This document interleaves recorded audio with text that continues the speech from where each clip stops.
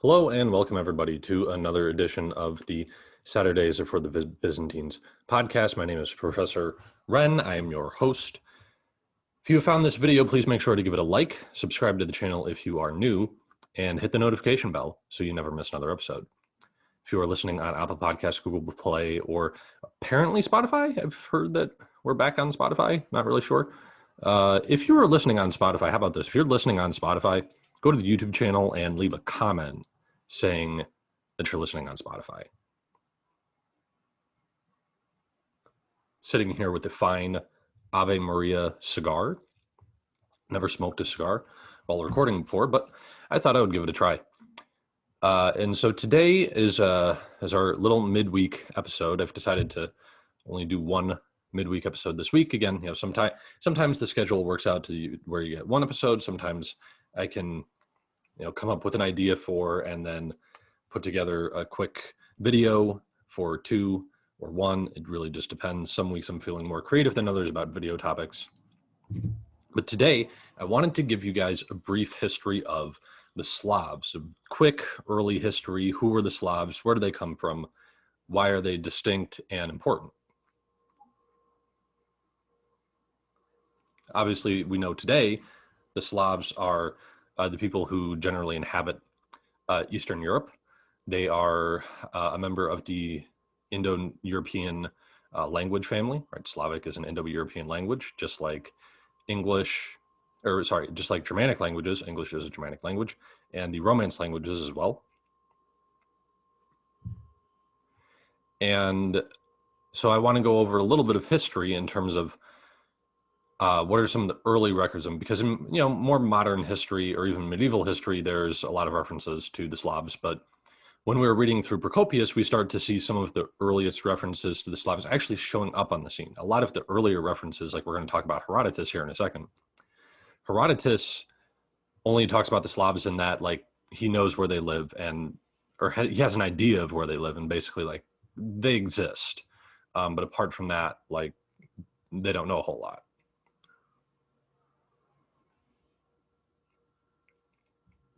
And so, to begin with, right, Herodotus, he references the Slavs only, in passing in his histories, which was written sometime between 426 and 415 AD. And he just simply knows that they live beyond where the Germanic peoples live. They might be different than the Germanic people, and they probably live north of the Carpathians. But apart from that, Herodotus in his histories doesn't have a whole lot to say about it. Because how much is he going to know about it? Unless he went out there, which, that's kind of tough traveling, especially for back in the ancient Greek days.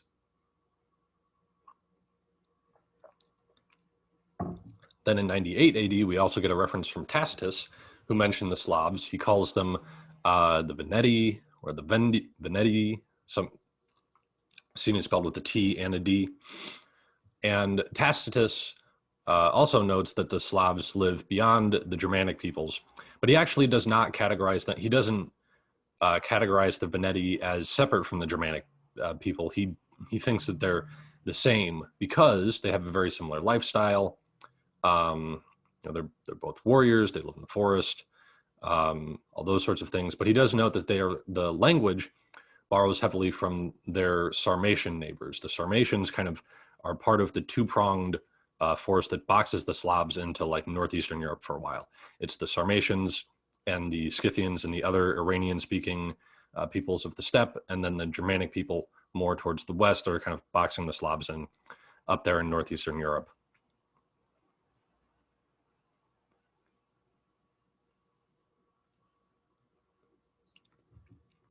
I do enjoy cigars. Let me know in the comments if you are into cigars. Then later in time, more around the time that we are talking about, you get a couple of Byzantine historians who also make references to the Slavs. One of them is Jordans, or not entirely sure how that name is supposed to be pronounced. And then as well, our old friend Procopius, who we'll be diving back into a little bit in here in just a second. And they mention the Slavs when they start to invade Roman territory, crossing the Danube. It is believed that the Slavs occupied the land north of the Carpathian Mountains. So if you know where the Carpathian Mountains are there in Eastern Europe, it is believed that the Slavs initially lived in the area north of those mountains, the Carpathians, but that later on, as the Germanic tribes migrate westward, as a result of the Hunnic onslaught there in Eastern Europe, that after the Germanic tribes migrate and the Huns go on and chase them, it is believed that the Slavs may have come in and, sorry, I'm lighting the old cigar here again, that the Slavs come in and start to inhabit some of the abandoned territory that was left by the Germanic peoples like the Goths.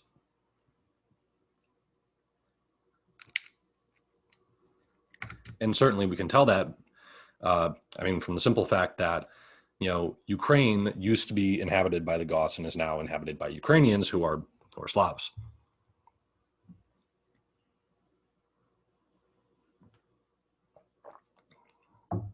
Now, Jordanes also, he describes in his book, Getica, which was written sometime between 550 and 551 AD, he describes three distinct Slavic tribes. One which he calls the Vends, which are the ancestors of the West Slavs, the Antes, which are the ancestors of the East Slavs, and the Sklaveni, which are, or who are, the ancestors of the South Slavs. And later on here, I'll get into a little more detail as to who are the South, West, and East Slavs. Now, Procopius makes a couple of mentions of the Slavs during his Wars of Justinian, the book, which we used here. I'll plug it one more time as I'm about to do a little reading out of this. This is the Wars of Justinian. It is a Hackett classic, translated by H.B. Dewing and modernized and revised by Anthony Caldelis of Ohio State. He updated a lot of what his update was using, he uses the Greek names in the book instead of the more Western Roman or Latinized versions of the names in the book. So good. It was, I really enjoyed reading this. I would recommend you guys, if you're interested in this kind of history, check it out. It's really, it's very easy to read. It's not difficult to read. It's not written in like complex, weighty Shakespearean language. Very simple to read. You can read a lot of it too and not really get bored with it necessarily. I mean, so long as you're in the more interesting parts, but you won't get tired from it in the sense that it's difficult to read. I mean, you could very easily give this to a high school student. They could read it and comprehend it without a whole lot of issue. But so here we go. Now, Procopius, at one point here, this is around, this is about, the book dates it to early April 537. We are in the Wars of Justinian, book 5, chapter 27. This starting in verse 1. Or I'm sorry, this will be in verse 2. Well, we'll read kind of through both verses 1 and 2. This is talking about when Justinian sends Belisarius some reinforcements during, I believe this is the Italian campaign. It says, Procopius says, but 20 days after the city and the harbor of Portus were captured, Martinos and Valerius arrived, bringing with them 1,600 horsemen, most of whom were Huns, Slavs, and Anti, who were settled above the Danube River, not far from its banks. So there we see that we have Slavs as well as Huns who are fighting in the Roman army as either mercenaries or I don't think you could quite say foederati, because foederati would have been settled in Roman territory, if I understand this correctly.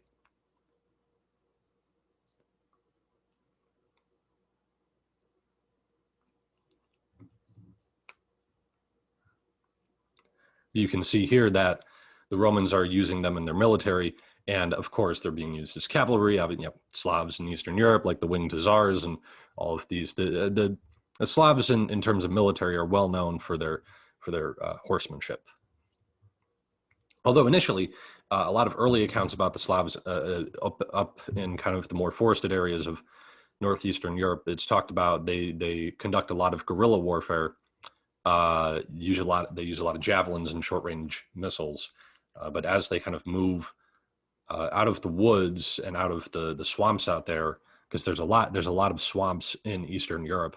And in fact, interesting little side story. I never knew the meaning of the term or the phrase "beyond the pale." Right? You might say like, "Oh, he did something so bad it was beyond the pale."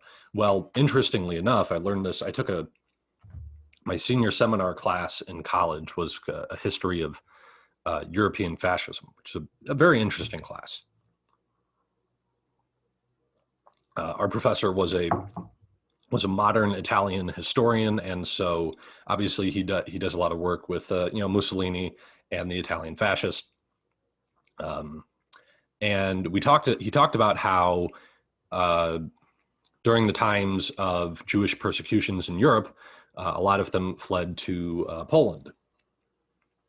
And at the time, there was an area of Poland that was very marshy, very swampy, pretty empty, and not a lot of people lived there. And so the King of Poland, when he offers the Jews to come live in Poland because they're being persecuted throughout Europe for various reasons, one of the most notable ones is when the Jews are persecuted because they're blamed for the Black Plague in Germany, and the King of Poland offers them refuge in Poland.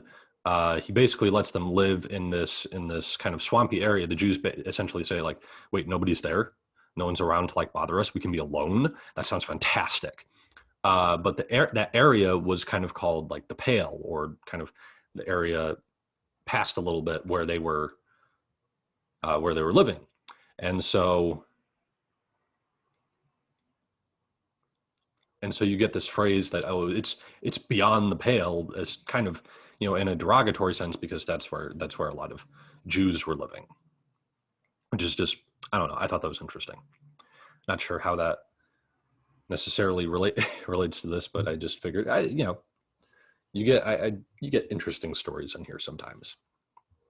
But later on in early 546, Procopius makes another reference to the Slavs when they invade Roman territory. They cross the Danube and go raiding down into the Balkan provinces of the Byzantine. He says here, this is in Procopius, Wars of Justinian, Book 7, Chapter 14, verse 24, and a bit of 25 as well. He says, "For a great throng of barbarians recently crossed the river Danube, plundering the country there, and enslaved a great number of Romans. The Herules now suddenly fell upon these barbarians and joined battle with them. And although far outnumbered, they unexpectedly defeated them." So the Slavs there are defeated by the Herules, who were kind of an ally of the Byzantines at this point in time. So again, you see this interesting kind of, as I just said earlier, you had Slavs who were fighting for the Byzantines in their army, but then you're also going to have Slavs who are fighting against the Byzantines, who are raiding against the Byzantines, and later on you're going to get even more Slavic incursions across the Balkans into Roman territory. And not just that, they're going to raid down through all of Greece, so much so to the point where I remember when we talked about this in Byzantine history, when I took it in college, our professor said that there are going to be, as a result of that, there are a lot of Greek people today who actually have more Slavic DNA in them than they have Greek DNA in them, because there were Slavs who settled down in the Peloponnesus and what we would call today Greece. I'm sure I'm going to offend some Greek people by saying this, but sorry, that's just kind of. I mean, if you have any information or data to say that I'm wrong, I'm happy to hear it. I'll issue a correction if I'm proven wrong, of course. But this is not the last of the Slavic incursions into Byzantine territory, really, is the point that I'm trying to make. Now, Who were the what do I mean when I say East Slavs, West Slavs, and South Slavs? Well, obviously these are geographic regions, and Slavs in different geographic regions are going to have slight differences with them between language and culture and that sort of thing. I mean, generally speaking, I was watching a video not too long ago that said that something like Slavic is one of the most mutually intelligible language families in Europe. So that going from like Ukrainian to Russian, they can understand each other better more than like say going from French to Spanish. That Ukrainian and Russian are more similar to each other, and that like a Ukrainian who's listening to a Russian conversation can understand more of it than maybe like a French person could if they were listening to a Spanish conversation. Spanish and French both being in the same language families of the Romance languages. But so East Slavs, right? So more in the East, these would be peoples like the Russians, the Ukrainians, and the Belarusians. West Slavs would include groups like the Poles. Shout out to my fellow Poles out there. Proud Polish heritage here on Professor Wren. Also the Slovaks, the Czechs, and then some other smaller groups that don't have their own country. Like, for example, there's a group called the Silesians from the region of Silesia, or Silesia, who are a somewhat distinct Slavic group, but they don't have their own country. And then South Slavs are down in the Balkans, our friends down in the Balkans. These are groups like the Croats, the Serbs, the Romanians, the Bulgarians, and the Slovenians. Even though Bulgaria is named after the Bulgars, who were actually a Turkic tribe who came and settled down there in southeastern Europe, they adopted Christianity, they adopted Slavic language, and so even though the ruling class were Bulgars, essentially today Bulgarians are really just Slavs with a named after a group of people who are non-Slavic.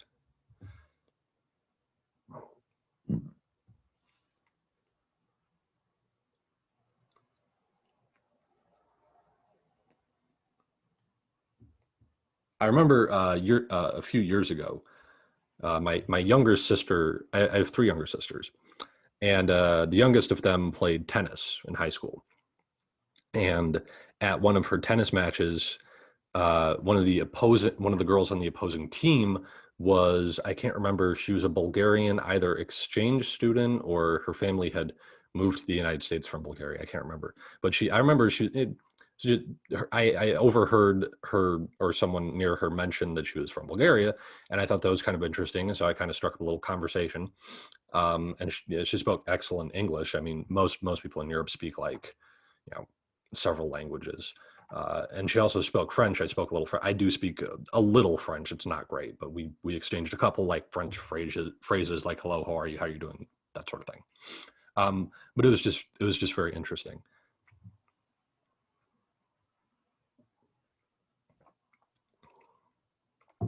Now, in terms of some cultural things like religion, for example, Christianity comes to the Slavs through the two Greek saints, Cyril and Methodius.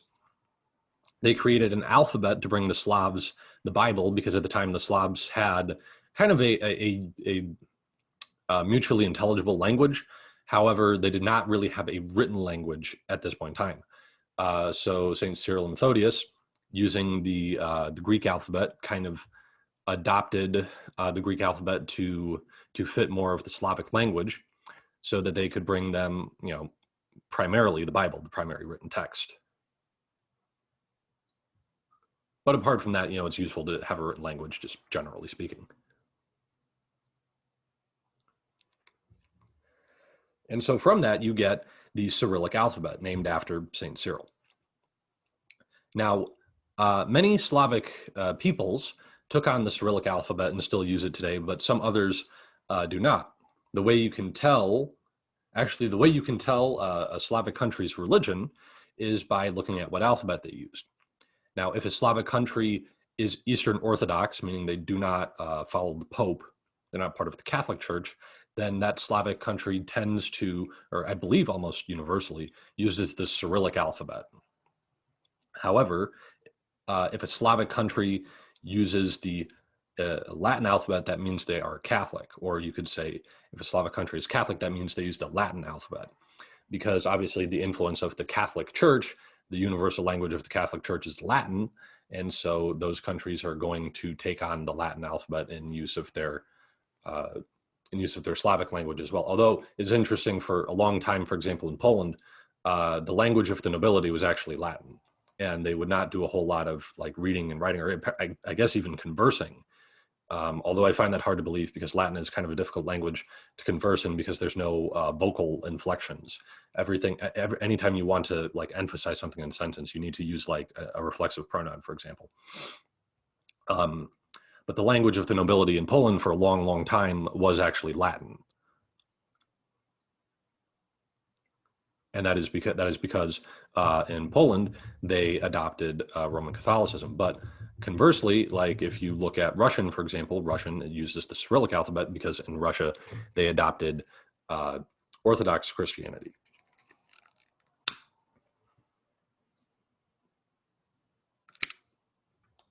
Just giving my cigar another light here.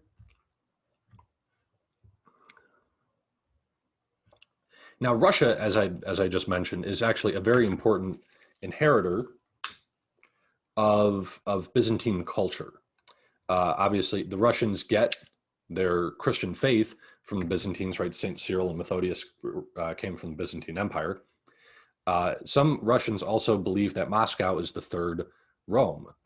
So the idea here is that the first Rome is the city of Rome in Italy itself. The second Rome is Constantinople. And then the third Rome, after the fall of Constantinople in 1453, becomes then Moscow, because Moscow, the Russians inheriting much of their, like I said, the religion and culture from the Byzantines, are now carrying on that mantle. I think it's a little bit of a stretch, but you know, if it helps you sleep at night, okay.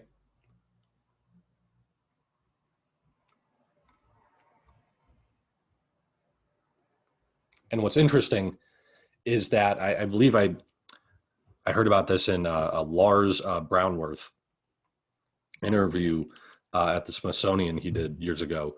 And he talked about how right before the fall of Constantinople in 1453, the Byzantines sent their imperial throne up to the Russians as kind of, I mean, you almost look at that and you have to, even I, who am a little skeptical about Moscow being the third Rome, you do look at that and say, well, you know, it does seem to, the Byzantines do seem to be saying to the Russians, like, here, guys, you got to carry this on for us because we're about to be finished, and you need to carry on what we've been preserving here. But so that has been our, like I said, this is a brief cursory like intro, like who are the Slavs? You know, they're very early histories and these sorts of things. Obviously, tons more you can get into. I really do find Eastern European history very fascinating. Obviously, I took 2 semesters of Byzantine history in college, which is like medieval European history. I also took 2 semesters of Russian history in college. I've basically taken Russian history from their conversion to Christianity with the Ryukids and Vladimir, all the way up to the fall of communism. And I remember at the end of our, I took a class in college called Russia Revolution to Revolution. And at the very end of the class, we went over a little bit of like modern Russia after the fall of communism. And if you guys are ever interested, there's a rather funny video of one of the premiers of Russia, I guess Prime Minister, Boris Yeltsin, who was in power before Putin. And Yeltsin was a bit of an alcoholic. And so there's a lot of videos of him doing funny antics, like just kind of like drinking beer and trying to conduct like a band out at some festival. And there's a very funny clip in it where he's at a pier and he grabs this like little girl who's in a bathing suit and he throws her off the pier into the water. It's pretty, and it's set to Benny Hill music, which just makes it even funnier. But anyway, so yeah, I hope you guys enjoyed this. I know I enjoy talking about this kind of history and this kind of culture. Family ties obviously have a good deal to do with it for me, but I also just authentically, I find it interesting. I may do a lecture series on Slavs or maybe Russian history in the future. That would certainly be a large undertaking, because there's a lot of Russian history to cover, and it would be a lot of fun. It would be very fascinating. But if you have made it this far in the video, please make sure to give it a like, subscribe to the channel if you are new, and hit the notification bell so you never miss another episode. If you are listening on Apple Podcasts, Google Play, or apparently Spotify as well, give us a follow on there, and as well, and on any platform you're listening, make sure to give us a 5-star review. You can also find us on Facebook or Instagram at Professor Wren, where I post updates about the show or various other interesting things I find about history that I want to share with you guys. So that is all I have for you today, and I'll see y'all next time.